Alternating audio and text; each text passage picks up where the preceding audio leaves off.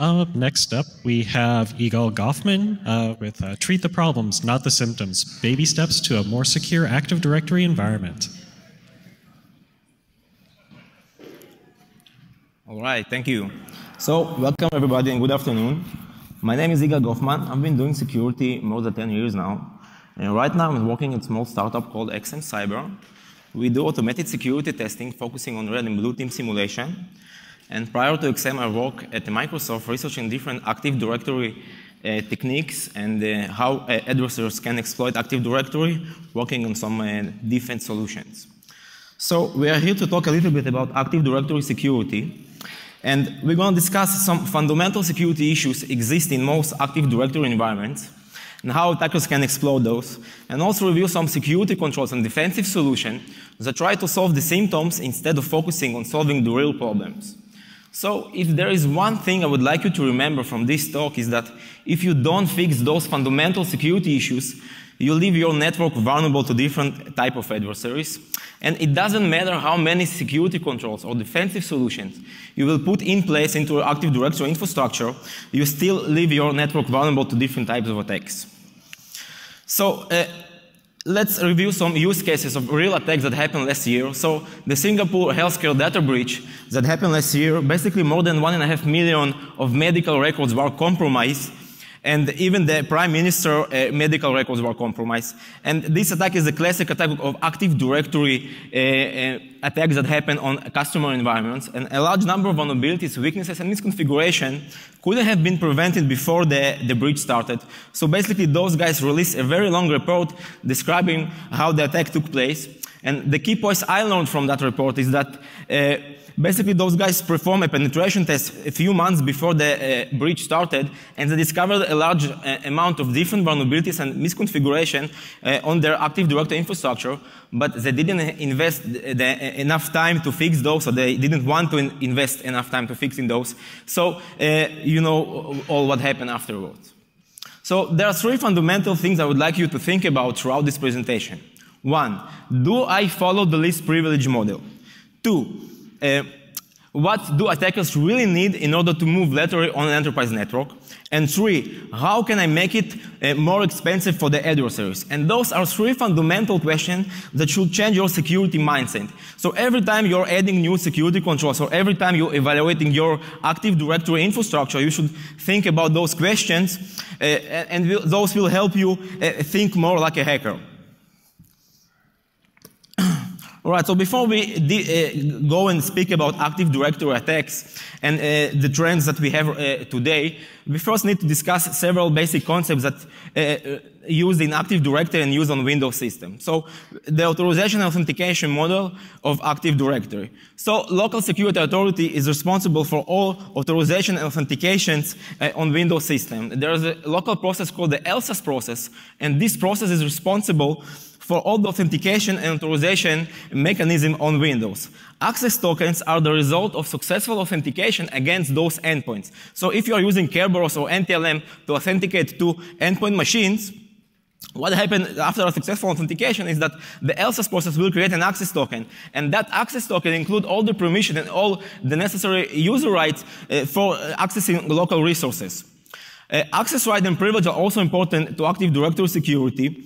So access rights are enforced on a secureable object, and privileges are also very important and enforced locally on endpoint machine. So you can deny or allow specific user account. If you're using privilege, you can allow or deny specific user account connecting to endpoint machine. And by doing so, you can reduce the attacks of Active Directory.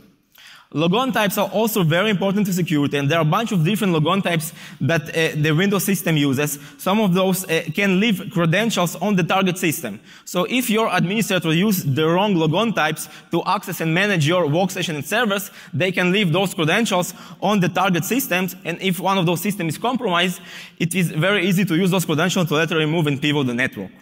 Of course, trust relationship also very important to security, and there are a bunch of different trust relationships between different domain enforcers on Windows. So we have external trust, two-way trust, one-way trust, etc. And if you don't understand how those trust relationship works on your infrastructure, again, you leave it much more vulnerable, because sometimes if one domain is compromised, adversaries can exploit very simple misconfigured domains to later remove and pivot to different domains or different forests.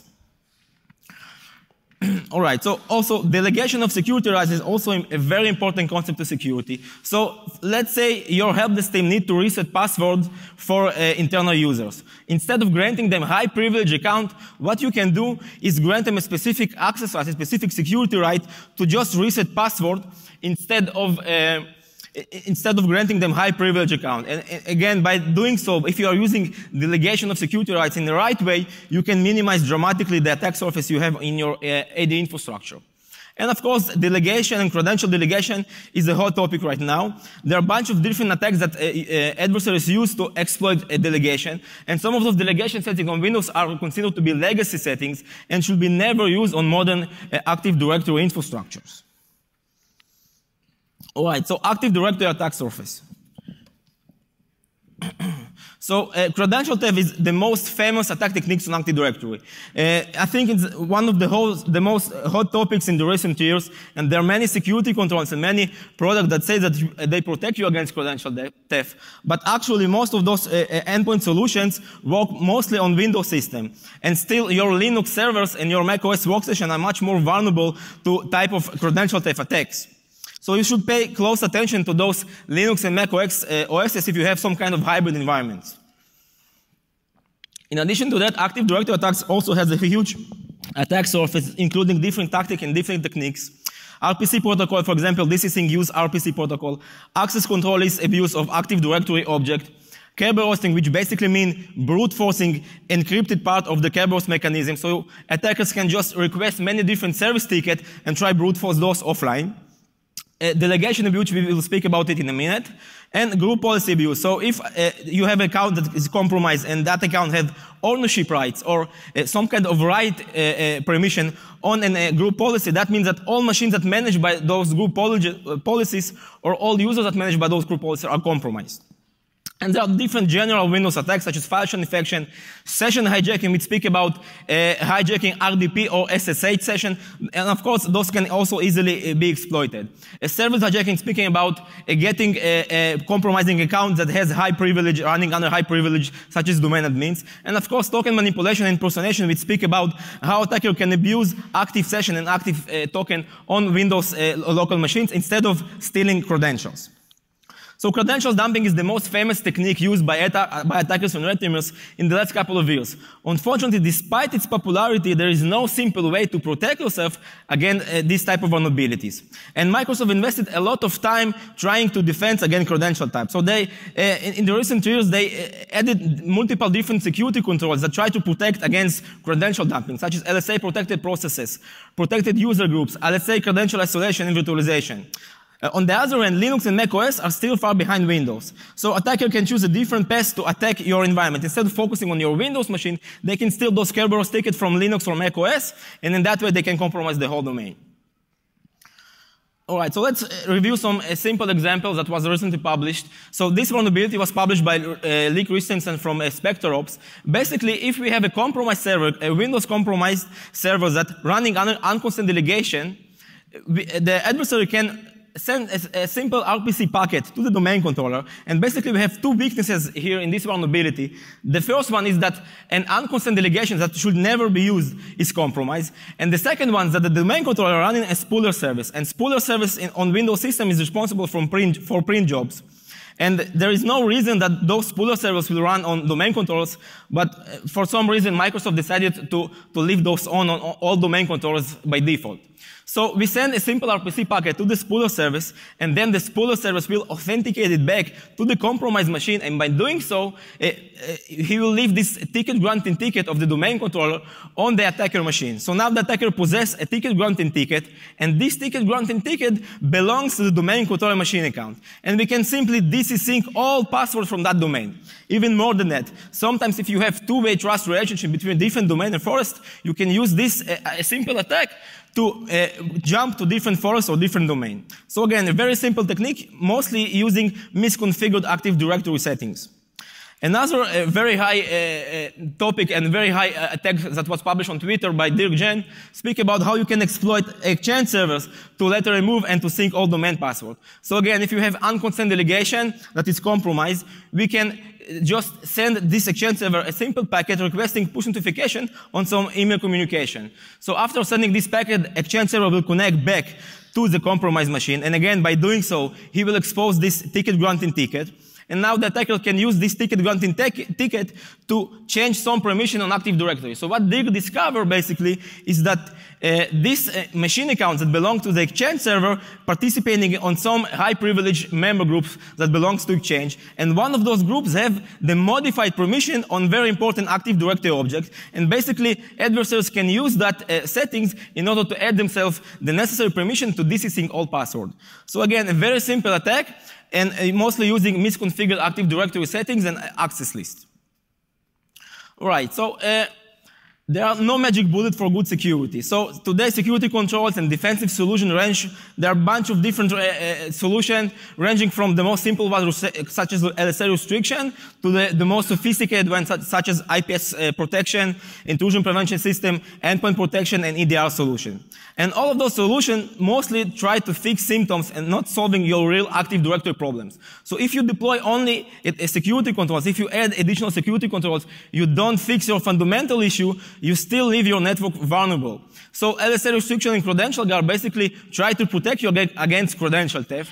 Multi-factor authentication used by most of the today organization can introduce additional point of failure, and adversaries can use those point of failure in order to bypass the second authentication layer. So on Windows, there are many protocols that don't support multi-factor authentication. So if adversaries are able to compromise a strong account, they can easily bypass multi-factor authentication. So you should check your multi-factor authentication solution and understand how those work and where are the point of failure are. Remote access encryption basically doesn't add any security at all, so encrypting data doesn't add security. And deception is a hot topic recently. There are many different deception solutions that try to add some honey traps on your infrastructure, on your endpoints. For example, sometimes they try to inject fake credentials into the LSAS process, hoping that adversaries will dump those credentials and use those, and then we can identify those adversaries. But in fact, advanced adversaries or sophisticated adversaries can easily detect those injected credentials. There are a bunch of different registry settings that you can look at, or Active Directory attributes, so we can very easily identify that those credentials are not used, those credentials are dormant, and just bypass those.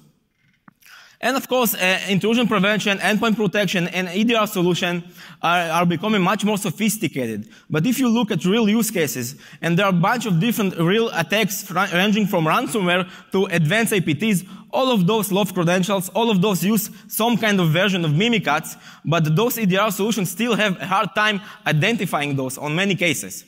So adding security control is a good step, but only after you fix your fundamental issues. If you don't fix your fundamental security issues, if you don't restrict your high privilege account, if you don't perform some operation on your Active Directory and just add additional security controls, you just make it much more complex. You don't add any security.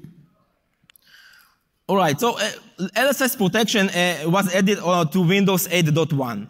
However, LSA protected process can be easily bypassed by using kernel driver. So if adversaries use kernel driver, they can easily bypass LSA protected processes.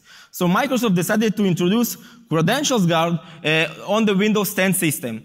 And a Credential Guard considered by many as a very sophisticated mechanism and a major security enhancement. But it has one huge limitation. It prevents attackers from stealing secrets from a compromised system. However, it does not prevent them using those secrets on the compromised host. So let's see a more specific example. On the left, we have a machine running Windows 10 and running Credential Guard. So VTL0 represents a virtual machine running the normal operating system. VTL1 represents a second virtual machine that is running an isolated kernel. In this kernel, running a special process that's supposed to store those secrets. So if this VTL0 machine is compromised and attacker run Mimikatz, then they can't steal secrets. They will just get an encrypted blob. But adversaries can use different techniques to bypass those. So a simple token impersonation can be used in order to later remove your network and access other workstations or servers. Even more simpler than that, the adversaries can just hijack your RDP session and again move laterally and pivot your network. And even more, it's simpler than that. Adversaries can run keyloggers on your local machine, and by doing so, they can steal secrets. So all of those techniques are very simple. There are a bunch of open source tools that can be used in order to perform those attacks, and they can be performed by not so sophisticated adversaries. But what happens if an advanced adversary attacking your environment? Well, they love to go a bit deeper, a lower layer than the hypervisor. So if they can compromise the Intel AME or the AMD PSP, that basically means that they control your entire machine. So they have full access to your raw memory and full access to all devices, and they can easily dump those credentials and steal those credentials from VTL1 virtual machine. So again, adding additional security controls is a good step, but only after you strict and handle your basic fundamental security issues on your Active Directory. All right, so baby steps to a more secure domain. So before we continue and speak about this last section, I want you to remember that regardless of the tactic used by adversaries, the target remains the same: finding credentials with broad permission. The adversary only needs one valid high-privilege account to compromise your entire domain. And therefore, our goal is to reduce risk. So you should follow many different small steps in order to reduce risk on your Active Directory infrastructure. And there are a bunch of things you can do. You can deny network logon to all local administrative accounts. You can mark high-privilege account as sensitive, and by doing so, you disable delegation. And if you disable delegation, you can't use delegation attacks. Right? So simple steps, and if you do those steps, you minimize your attack surface. You can use AD delegation instead of using built-in admin groups. You can force SMB signing all your critical servers on your crown jewels. A bunch of steps simple steps you can follow to reduce risk, all right? Unfortunately, we don't have enough time to go over all those steps, so I built a simple mitigation model based on configuration complexity. And this model will guide you in the right direction, focusing first on more simpler steps, right? So you should first start at the bottom. So at the bottom, you can see the different levels of complexity. So first, you should review local workstation and servers and the admin accounts you have on those servers. You should make sure those admin accounts don't use the same password, and you should restrict access for local administrative accounts. Then you should review privilege account and groups in Active Directory. And there are a bunch of built-in groups such as domain administrator, enterprise administrators, group operators. All of those groups have the equal powerful. If you compromise one account in one of those groups, you can easily add yourself to the second group or to the third group. So even if adversaries are able to compromise one account, basically it's a game over for your domain. So you should review and reduce risk. You should remove many of those users that are participating in those high privilege groups to the bare minimum. Right? Microsoft recommends using only one domain admin user per domain. All right? And sometimes you can use JIT technology and not use domain admins at all. After following that step, you can identify service accounts with high privilege. And again, when we evaluate different customers, we find excessive number of services running under domain admin privileges. And it's a very bad practice. There is no reason services to run under domain admin account. You can use other permission. You should never use Active Directory domain administrative group. Never for services. Use privileged access workstation. Again, the use of privileged access workstation speak about separating administrative tasks from normal operation. So if your administrator need to browse the internet or need to read emails, he can use a virtual machine in order to do that. And if he need to manage Active Directory, he can use the privileged access workstation to manage Active Directory, and this machine is usually hardened with very high restrictions. And of course, identifying your crown jewels. Identifying your critical asset is one of the most important things you can do for your environment. If you don't know where are your crown jewels, you don't know how attackers can attack you, you don't understand well all the choke points, how adversaries can get to your crown jewels. So you need to identify those, you need to harden those, you need to enforce different settings for those using group policies, you need to enforce SMB signing, you need to restrict administrative access to those critical assets, and of course you need to log in and monitor those critical assets constantly. And the last step that Microsoft recommends doing is implementing the administrative tier model. And it will take you time to implement the administrative tier model. Something from 4 to 6 months approximately, depends on your organization size. But if you implement this model, even if you implement part of this model, you can reduce significantly Active Directory attack surface. So let's review it. Here we see a bunch of different workstations, servers, Active Directory, and different database. When users come to the office in the morning, they log into the local workstation and perform a bunch of different operations. Those machines communicate with each other in different ways. And you see those two red lines. That means that administrative accounts connect to those servers in those workstations to manage those machines. Once they do that, they expose their credentials for those machines. So if one of those servers or workstations is compromised, adversaries can take those credentials and basically the whole domain is compromised. So what you can do, you can enforce the administrative tier model. And the administrative tier model basically means that you separate different workstations. You identify a service, user, service accounts, and those need to be classified to belong to only one tier. So each tier has its own tier administrator, and each tier has its own active directory. And you can see that from tier 0, you can't jump to tier 1. And from tier 1, you can jump to tier 2. Also, if you don't have the time implementing that model, what you can do, you can use different logon times to administrate your workstation. So instead of implementing this tier, you can use interactive logon types in order to administer your workstation under the second or the first tier. So if you're using network logon, you don't expose your credentials on the target system. So attackers, if those machines are compromised, attackers are not able to steal credentials because there is nothing to steal. Okay, so logon times is one of the most important security features that has on Windows, and you should use those wisely. And here's a big list from the best practices of Microsoft and a bunch of different commodity tools and built-in tools into Windows that you can see some of those use interactive logons and leave credentials on the target system, and some are not using those. So for example, if you use PowerShell WinRM, you don't expose your credentials. So if you use MMC, you don't expose your credential. But if you use PSExec, you expose your credential on the target system. All right, thank you very much. If you have any questions. If you have any questions, you can post them to Slido, or we can just pass the mic around.